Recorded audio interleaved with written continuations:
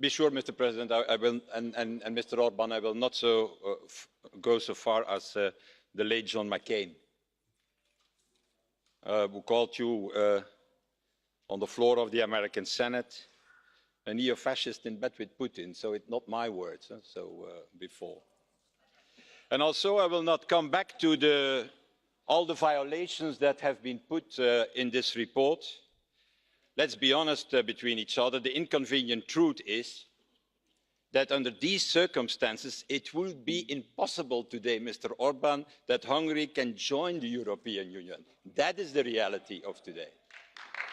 And what you really, I ask you to do so, because I like Hungary, I like certainly the Hungarian literature and culture, that is in any way to stop to say here, oh, that's an action against Hungary, an action against the Hungarian people. You are not Hungary. You are the government of Hungary and the leader of a political party.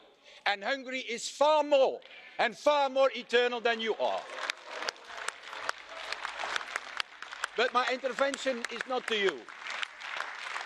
My intervention is not to you. It is especially to colleagues of us, to the colleagues of the EPP. And I have one plea, that is that hopefully this evening they follow their conscience when they decide on this.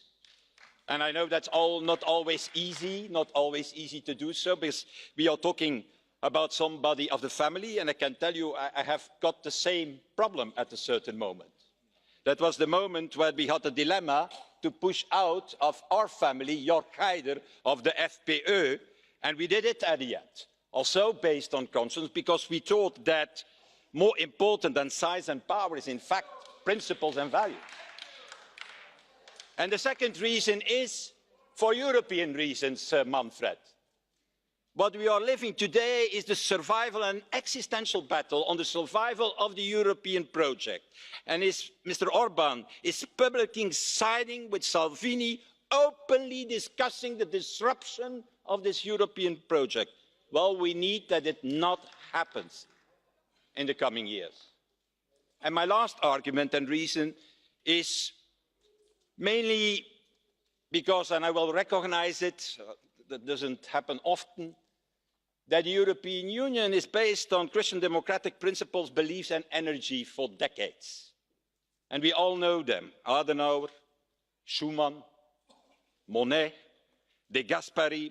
And I want to use the words of one of these giants, of Robert Schuman, and I will quote him. Christianity teaches us equality of all men, without distinction between race, colour, class or profession. The dignity of each human person in protection of his individual liberty and with respect of his individual rights by practicing brotherly love to all. So I want to plead to you, my Christian democratic colleagues, to recognise that the way Schuman looked to Christianity is in many ways exactly the opposite, as a divisive, narrow and destruction action and opinions of Mr. Orbán. So, dear colleagues, please for once see that he is the seed of discord that will ultimately destroy our beautiful European project. And please, together with us, stop this nightmare this evening in your group. Thank you.